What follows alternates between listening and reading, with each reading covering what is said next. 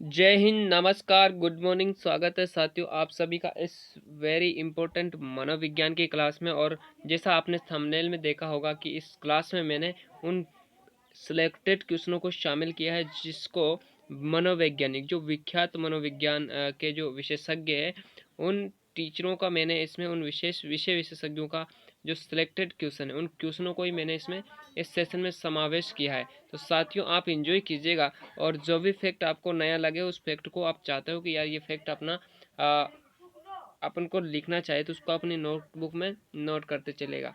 साथियों इस क्लास की शुरुआत करते हैं। आज का पहला प्रश्न और आपके सामने ये रहा कि छद्म परिपक्वता काल होता है। छद्म परिपक्वता काल किशोर अवस्था, शैशवावस्था, पूर्व बाल्यावस्था या फिर उत्तर बाल्यावस्था। राइट आंसर जो है वो इस क्वेश्चन का आपको एक विद्वान का कथन याद होगा जिसका नाम था रोस। रोस विद्वान ने कहा था कि जो बाल्यावस्था है साथियों, उसको हम कहते हैं छद्म परिपक्वता काल होता है। लेकिन उन्होंने जो बाल्यावस्था का समय माना था साथियों, वो माना था यहाँ पर 6 से लेके ऊपर का, यानी कि इस क्वेश्चन का राइट आंसर जो माना जाएगा वो माना गया है उत्तर बाल्यावस्था। ऑप्शन नंबर जो डी है साथियों वो आपका राइट आंसर है। नेक्स्ट क्वेश्चन कि जब किसी व्यक्ति के समक्ष दो धनात्मक लक्ष्य उपलब्ध हो परंतु वे दोनों को प्राप्त करने की स्थिति में नहीं है तो उस द्वंद्व को क्या कहते हैं। भाई अगर आपके पास इधर भी धनात्मक लक्ष्य है और इधर भी धनात्मक लक्ष्य है, लेकिन आप प्राप्त आपको दोनों को करना है, लेकिन आप दोनों को प्राप्त करने की स्थिति में नहीं है। अब दोनों ही सकारात्मक है। क्या है साथियों, दोनों क्या है, सकारात्मक है। अब दोनों ही सकारात्मक है, इसका मतलब सकारात्मक को हम मनोविज्ञान की भाषा में कहेंगे ग्राह्य, जिसको हम इंग्लिश में की अगर हम बात करें तो इंग्लिश में कहते हैं साथियों अप्रोच। ठीक है, तो यहाँ पर दोनों ही तरफ क्या है, सकारात्मक है। इसका अर्थ अगर दोनों ही सकारात्मक है तो ये जो है इस द्वंद्व को हम कहेंगे साथियों ग्राह्य द्वंद्व। ऑप्शन नंबर पहला जो है इस क्वेश्चन का राइट आंसर है। अब हम बात करते हैं कि परिहार द्वंद्व क्या होता है। साथियों परिवार द्वंद्व को हम कहते हैं जब दोनों तरफ नकारात्मक क्या हो, लक्ष्य हो और दोनों को दोनों को प्राप्त करने की स्थिति में नहीं है, तो ये होता है परिहार द्वंद्व। ठीक है साथियों, नेक्स्ट क्वेश्चन आप देखिएगा कि अल्बर्ट बंडूरा द्वारा दिए गए अधिगम सिद्धांत को खाली स्थान भी कहा जाता है। मौखिक अधिगम सिद्धांत, चिन्ह अधिगम सिद्धांत, अवलोकनात्मक अधिगम सिद्धांत या अंतर्दृष्टि अधिगम सिद्धांत। इस क्वेश्चन का राइट आंसर जो है वो आपका हो जाएगा साथियों यहाँ पर अवलोकनात्मक अधिगम सिद्धांत। और क्या कहते हैं साथियों इस सिद्धांत को, और कहते हैं मॉडलिंग थ्योरी। और क्या कहते हैं साथियों इस सिद्धांत को, और कहा जाता है साथियों सामाजिक अधिगम सिद्धांत। क्या कहा जाता है, सामाजिक अधिगम का सिद्धांत। ठीक है साथियों, और कहा जाता है सामाजिक अधिगम सिद्धांत, और कहा जाता है इसको, और अन्य नाम इसको कहा जाता है साथियों अवलोकनात्मक। क्या कहा जाता है, अवलोकनात्मक। ठीक है, अवलोकनात्मक अधिगम सिद्धांत, निरीक्षणात्मक अधिगम सिद्धांत। ठीक है, निरीक्षणात्मक, और कहा जाता है साथियों प्रेक्षणात्मक अधिगम सिद्धांत। ये सारे के सारे जो सिद्धांत है ये अल्बर्ट बांडूरा का जो अधिगम सिद्धांत है उसको दिया गया नाम है। तो साथियों इस क्वेश्चन का ऑप्शन जो है वो सी राइट हो जाएगा। नेक्स्ट कि गिलफोर्ड के बुद्धि संबंधी मॉडल के कुल खाने हैं 180, 120, 150 या फिर 90। तो इस क्वेश्चन का राइट आंसर है साथियों 180। ऑप्शन नंबर पहला जो है वो आपका हो जाएगा राइट आंसर। नेक्स्ट कि 0 से 25 बुद्धि लब्धि को कहते हैं। 0 से जो 25 तक बुद्धि लब्धि उसको क्या कहते हैं, जड़ बुद्धि कहते हैं, मूर्ख बुद्धि, पिछड़ा बालक या मंद बुद्धि। तो देखिएगा सबसे निचला स्तर टर्मन की बुद्धि सारणी में, टर्मन ने जो बुद्धि सारणी दी थी 1916 में, 1916 में जो बुद्धि अपनी आईक्यू की जो सारणी प्रस्तुत की थी उसमें जो है ये जो लेवल था वो था मंद बुद्धि यानी कि जड़ बुद्धि बालक का। ऑप्शन नंबर पहला हो जाएगा आपका राइट आंसर। नेक्स्ट क्वेश्चन कि गिलफोर्ड के बुद्धि संबंधी मॉडल में निम्नलिखित में से कौन सा आयाम नहीं है। साथियों आपको पता होगा गिलफोर्ड ने त्रिआयामी सिद्धांत दिया था जिसमें से आयाम था विषय वस्तु, संक्रिया, उत्पादन। लेकिन यहाँ पर जो ये बात आपको दिख रहा हो, यहाँ पर जो अंतर अवस्था थी यहाँ पर साथियों इन्होंने कोई बात नहीं की थी, यानी कि ऑप्शन नंबर हो जाएगा अपना डी ऑप्शन राइट। विषय वस्तु की बात करें हम तो विषय वस्तु को इन्होंने 5 प्रकार की विषय वस्तु बताई थी, 6 प्रकार की संक्रियाएं बताई थी, 6 प्रकार का उत्पाद बताया था। इनको अगर हम मल्टीपल करते हैं साथियों तो कितना आता है 180 आता है। क्या आता है 180 कुल मिलाकर खाने आ जाते हैं। ऑप्शन नंबर जो डी है वो हो जाएगा आपका राइट आंसर। नेक्स्ट कि निम्नलिखित में से किसने बुद्धि के बहुखंड सिद्धांत का प्रतिपादन किया। बहुखंड तो अल्बर्ट बिने का आपको पता होगा, इन्होंने एक तत्व एक खंड सिद्धांत दिया, एक तत्व सिद्धांत दिया, या कह देते हैं कि एक कारकीय सिद्धांत दिया। किन्होंने दिया? क्या नाम से? अल्बर्ट बिने के द्वारा।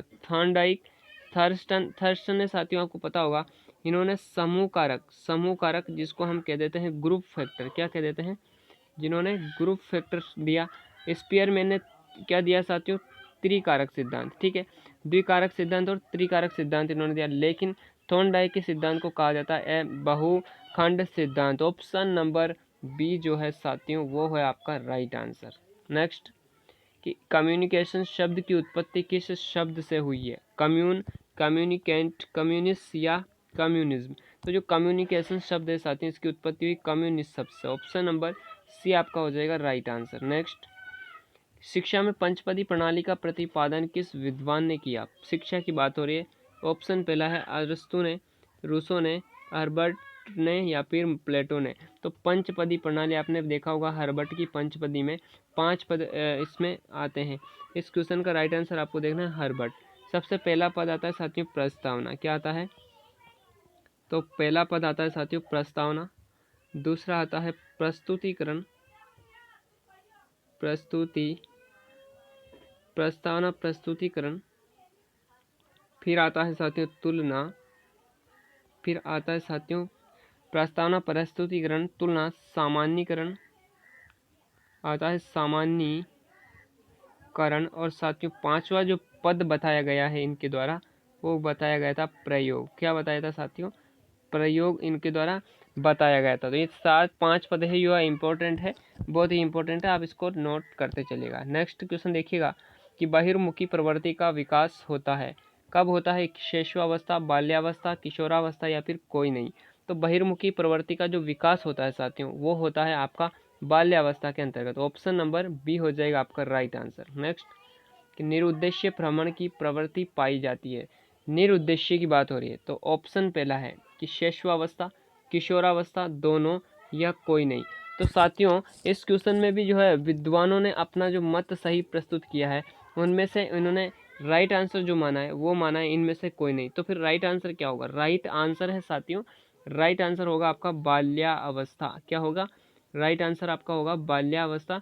ऑप्शन नंबर इस क्वेश्चन का हो जाएगा आपका डी राइट आंसर। नेक्स्ट कि समलिंगी प्रेम विकसित होता है, शैशवावस्था, बाल्यावस्था, किशोरावस्था या कोई नहीं। तो समलिंगी जो प्रेम विकसित होता है साथियों वो अब होता है आपके बाल्य अवस्था के अंतर्गत, क्योंकि जो विषमलिंगी प्रेम होता है वो किशोर अवस्था के अंतर्गत होता है। ठीक है, क्या कब होता है साथियों? किशोरावस्था के अंतर्गत, लेकिन यहाँ पर पूछा जा रहा है समलिंगी। तो ऑप्शन नंबर बी हो जाएगा आपका राइट आंसर। नेक्स्ट कि भारतीय शिक्षा आयोग का गठन किया गया था। भारतीय शिक्षा आयोग को और क्या कहते हैं? इसको कहते हैं साथियों हंटर आयोग। क्या कहते हैं? हंटर आयोग। हंटर आयोग और भारतीय शिक्षा आयोग, इसको प्रथम भारतीय शिक्षा आयोग भी कहा जाता है। इसकी स्थापना जो है वो कब की गई थी? ऑप्शन पहला 3 फरवरी 1880, 6 फरवरी 1990, 3 फरवरी 1890 या 3 फरवरी 1882। तो इस क्वेश्चन का राइट आंसर है साथियों 3 फरवरी 1882 में जो है हंटर आयोग की स्थापना की गई थी। हंटर आयोग की अगर हम बात करें तो इन्होंने जो है सर्वाधिक जो बल दिया था साथियों ये दिया था माध्यमिक शिक्षा पर। किस पर बल दिया था साथियों? इन्होंने सर्वाधिक जो बल दिया था वो दिया था माध्यमिक शिक्षा पर। किस पर दिया था सर्वाधिक बल? इन्होंने दिया था सर्वाधिक अपना बल जो दिया था वो दिया था माध्यमिक शिक्षा के ऊपर। नेक्स्ट क्वेश्चन कि कस्तूरबा गांधी विद्यालय योजना संबंधित है प्राथमिक शिक्षा से, उच्च शिक्षा से, प्राथमिक बालिका शिक्षा से या माध्यमिक शिक्षा से। साथियों ये जो इस क्वेश्चन का जो राइट आंसर है वो है प्राथमिक बालिका शिक्षा से। ऑप्शन नंबर सी है जो है वो आपका राइट आंसर है। नेक्स्ट सर्व शिक्षा अभियान की जो आयु सीमा है वो क्या थी? ऑप्शन पहला है 6 से 14, 1 से 8, 6 से 18 या फिर 4 से 11 वर्ष। तो सर्व शिक्षा अभियान है, इसकी जो आयु वर्ग रखा गया था साथियों, वो रखा गया था आपका 6 से 14 वर्ष। ऑप्शन नंबर पहला जो है आपका हो जाएगा राइट आंसर। नेक्स्ट क्वेश्चन है कि निःशुल्क एवं अनिवार्य शिक्षा का अधिकार 2009 में अनिवार्य शब्द का अर्थ है दंडात्मक कार्य से बचने के लिए अपने बच्चों को विद्यालय भेजने के लिए अभिभावकों पर अनिवार्य रूप से जोर डालना। बिल्कुल गलत है। अनिवार्य शिक्षा सतत परीक्षण के माध्यम से प्रदान।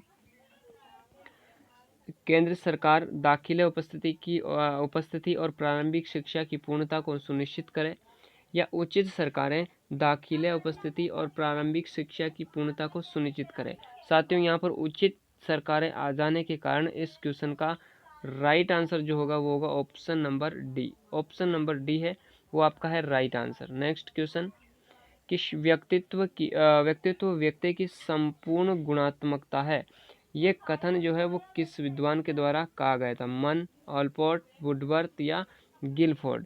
तो ये जो कथन कहा गया था साथियों, कहा गया था वुडवर्थ सर के द्वारा। ऑप्शन नंबर सी जो है वो हो जाएगा आपका राइट आंसर। नेक्स्ट क्वेश्चन कि व्यक्तित्व के संदर्भ में कौन सा कथन असत्य है?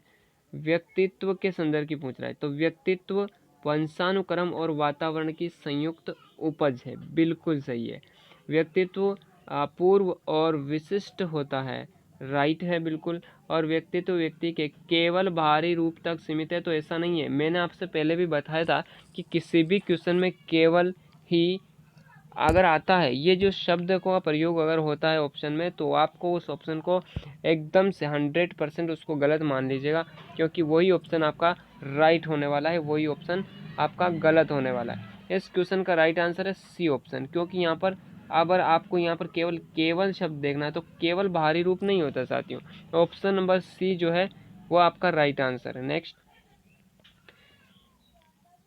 व्यक्ति में उन मनोशारीरिक अवस्थाओं का गतिशील संगठन है जो उनके उसके पर्यावरण के साथ अद्वितीय सामंजस्य निर्धारित करता है। तो ये क्या कहलाता है? व्यक्तित्व, समायोजन, अधिगम या अभिप्रेरणा? तो ये व्यक्तित्व है साथियों। और व्यक्तित्व के ये क्या है साथियों, इसको क्या कहते हैं? व्यक्तित्व कहा जाता है। अब व्यक्तित्व की ये जो परिभाषा दी गई थी, ये दी गई थी साथियों ऑलपोर्ट के द्वारा। किसके द्वारा साथियों? ऑलपोर्ट के द्वारा। और ये जो परिभाषा है ये व्यक्तित्व की एकदम विश्वसनीय परिभाषा और सबसे इम्पोर्टेंट परिभाषा भी है। ऑप्शन नंबर इस क्वेश्चन का क्या रहेगा आपका? ऑप्शन पहला रहेगा आपका राइट आंसर। नेक्स्ट, कि बालक के व्यक्तित्व की नींव किस अवस्था में पड़ती है? बात हो रही है व्यक्तित्व की नींव। तो ऑप्शन पहला है शैशवावस्था, या बाल्यावस्था, गर्भावस्था या किशोरावस्था? तो इस क्वेश्चन का राइट आंसर जो है वो आपको करना है साथियों जो बाल्यावस्था है, बाल्यावस्था में बालक के व्यक्तित्व की नींव पड़ जाती है। बी ऑप्शन आपको करना है राइट आंसर। नेक्स्ट, किसी व्यक्ति द्वारा स्वयं के बारे में किए गए नकारात्मक और सकारात्मक, क्या बात हो रही है यहाँ पर? बात हो रही है नकारात्मक और सकारात्मक मूल्यांकन को किस शब्द से निरूपित किया गया है? व्यक्ति स्वयं कर रहा है और स्वयं के बारे में नकारात्मक और सकारात्मक मूल्यांकन कर रहा है, तो यहाँ पर बात किसकी हो रही है? आत्मकेंद्रिकता की है, परकेंद्रिता है, या फिर स्व सहभागिता है, या आत्म सम्मान है? तो इस क्वेश्चन का राइट आंसर जो माना गया है वो है आत्म सम्मान। डी ऑप्शन आपको करना है राइट आंसर। नेक्स्ट, कि बहिर्मुखी व्यक्तित्व वाले बालक की विशेषता है कार्य करने। बहिर्मुखी मतलब बाहर की सोचना, बार बार मुंह को खोलना, है ना, बहिर्मुखी। तो कार्य करने की दृढ़ इच्छा, बिल्कुल। शासन करने का स्वभाव, शासन का मतलब नेतृत्व क्षमता इनमें पाई जाती है। आशावादी और शांत, डी ऑप्शन है उपरोक्त सभी। तो देखिएगा बहिर्मुखी व्यक्तित्व की जो है ये सारी की सारी विशेषताएं होती है, बहिर्मुखी बालक की सारी विशेषताएं उसमें समाहित होती है। ऑप्शन नंबर डी आपका हो जाएगा राइट आंसर। नेक्स्ट क्वेश्चन, कि स्प्रेंगर के अनुसार व्यक्तित्व के प्रकार है। तो स्प्रेंगर ने अपने सामाजिक दृष्टिकोण के आधार पर, किसके आधार पर? सामाजिक दृष्टिकोण के आधार पर, सामाजिक दृष्टिकोण के आधार पर व्यक्तित्व का वर्गीकरण किया था। और व्यक्तित्व के वर्गीकरण में इन्होंने साथियों कुल मिलाकर 6 प्रकार के व्यक्तित्व के प्रकार बताए थे, जिनमें से ऑप्शन पहला यहाँ पर है वैचारिक और आर्थिक, सुंदरात्मक और धार्मिक, राजनीतिक और सामाजिक। डी ऑप्शन है उपरोक्त सभी। तो इस क्वेश्चन का राइट आंसर हो जाएगा साथियों उपरोक्त सभी सही है स्प्रेंगर के अनुसार। ऑप्शन नंबर क्वेश्चन नंबर देखिएगा 24 है कि एक बालक अच्छा बोलने वाला और लिखने वाला होता है, ओके, किंतु एकांत में कार्य करना चाहता है, इस बालक का व्यक्तित्व है। भाई देखिएगा यहाँ पर इसमें दोनों गुण शामिल है। भाई एक बच्चा अच्छा बोलना चाहता है यानी कि बहिर्मुखी भी है, लिखना चाहता है इंट्रोवर्ट है यानी कि अंतर्मुखी भी है, किंतु एकांत में लिखना चाहता है किंतु एकांत में कार्य करना, अब यहाँ एकांत आ गया, ठीक है, चाहता है। इस बालक का व्यक्तित्व अपने आप नजर आ रहा है क्योंकि इसमें दोनों गुण है। इसका मतलब ये उभयमुखी स्वभाव का बच्चा है। ऑप्शन नंबर सी आपका हो जाएगा राइट आंसर। नेक्स्ट कि व्यक्तित्व निर्माण के प्रमुख कारक है वंशक्रम, वातावरण, शरीर रचना, निरंतरता या उपरोक्त सभी। तो क्वेश्चन नंबर 25 का जो राइट आंसर होगा साथियों वो होगा आपका ऑप्शन नंबर डी, उपरोक्त सभी जो है वो व्यक्तित्व निर्माण में सहायता प्रदान करते हैं। नेक्स्ट क्वेश्चन कि भाषा जो है, भाषा हमारी विचार प्रक्रिया को पूरी तरह नियंत्रित करती है, हमारी विचार प्रक्रिया को प्रभावित करती है, हमारी विचार प्रक्रिया को निर्धारित नहीं करती या हमारी विचार प्रक्रिया को प्रभावित नहीं करती। साथियों भाषा जो है ये हमारी विचार प्रक्रिया को क्या करती है, प्रभावित करती है। ऑप्शन नंबर बी आपको करना है राइट आंसर, ठीक है। विद्वानों के द्वारा इस क्वेश्चन का बी ऑप्शन राइट माना गया है, तो कंफ्यूज आपको बिल्कुल भी नहीं होना है। नेक्स्ट क्वेश्चन कि भाषा विकास के संदर्भ में निम्नलिखित में से कौन सा क्षेत्र पियाजे के द्वारा कमतर आंका गया है। भाषा विकास की बात हो रही है तो अहम केंद्रित भाषा, विद्यार्थी द्वारा संक्रियात्मक रचना, आनुवांशिकता या सामाजिक अंत्यक्रिया। तो साथियों बात यहाँ पर किसकी हो रही है, पियाजे की बात हो रही है। तो पियाजे ने जो है भाषा विकास के संदर्भ में सामाजिक अंत्यक्रिया को कमतर आंका है। ऑप्शन नंबर डी आपका हो जाएगा राइट आंसर, ठीक है साथियों। नेक्स्ट क्वेश्चन आप देखिएगा कि निम्न स्थितियों में से कौन समायोजन को बढ़ाता है। तो तीव्र उत्सुकता, अपराध का जुनूनी विचार, तो तीव्र उत्सुकता भी इसका राइट आंसर नहीं है, इसका राइट आंसर अपराध का जुनूनी विचार भी नहीं है। बीमारी का डर, तो ये पहले से ही कुसमायोजित बच्चा है। न्यूरोटिक भय और चिंता से मुक्त अगर बच्चा है तो ये उसके समायोजन को बढ़ाने का काम करेगा। डी ऑप्शन आपको करना है राइट आंसर। नेक्स्ट क्वेश्चन देखिएगा कि विकास के संदर्भ में निम्न में से कौन सा कथन जो है वो आपको बताना है कि कौन सा कथन जो है वो असत्य है, ठीक है। असत्य ढूंढना है कि विकास बढ़ावा देने से नहीं होता, विकास की प्रत्येक अवस्था के अपने खतरे होते हैं, तो बिल्कुल ये राइट है। विकास सांस्कृतिक परिवर्तनों को प्रभावित करता है, यस, और विकास की प्रत्येक अवस्था की अपनी विशेषता होती है, बिल्कुल सही है। लेकिन ऑप्शन नंबर देखिएगा पहला ऑप्शन कह रहा है कि विकास बढ़ावा देने से नहीं होता है, लेकिन ऐसा नहीं है, विकास बढ़ावा देने से होता है साथियों। ऑप्शन नंबर पहला आपको करना है राइट आंसर। क्वेश्चन नंबर देखिएगा 30 और आज के सेशन का, इस धुआंधार सेशन का क्वेश्चन नंबर लास्ट है कि सर्पिल उपागम या स्पाइरल उपागम का संप्रत्यय जो है वो किसने दिया। अब सर्किल उपागम क्या होता है साथ, सर्किल उपागम क्या होता है अब आपको दिखना है। सर्किल जो उपागम होता है देखिएगा, सर्किल उपागम क्या होता है आपको बता दूं। सर्किल उपागम ये रहा इस प्रकार का जो उपागम बताया था वो किसने बताया था, ये बताया था साथियों आपके जेरोम ब्रूनर सर के द्वारा। जेरोम ब्रूनर जिन्होंने अपने बात हम करें निर्मितिवाद सिद्धांत भी इन्होंने दिया है, रचनावादी सिद्धांत से ये अपना ताल्लुकात रखते हैं। साथ में इन्होंने सर्पिल उपागम दिया है, स्पाइरल उपागम इनका संप्रति इन्होंने दिया था। साथियों ये था आज का सेशन, उम्मीद करता हूँ आशा करता हूँ ये सेशन आपको पसंद आया होगा। मुझे कमेंट बॉक्स में ज़रूर बताना साथियों आज का सेशन जो है आपको कैसा लगा। मुझे कमेंट बॉक्स में ये भी बता के जाना सेशन में आपके कितने क्वेश्चन सही हुए हैं। मिलते हैं साथियों नेक्स्ट क्लास में, आज के लिए इतना ही। धन्यवाद, जय Hind, Ram Ram, have a nice day.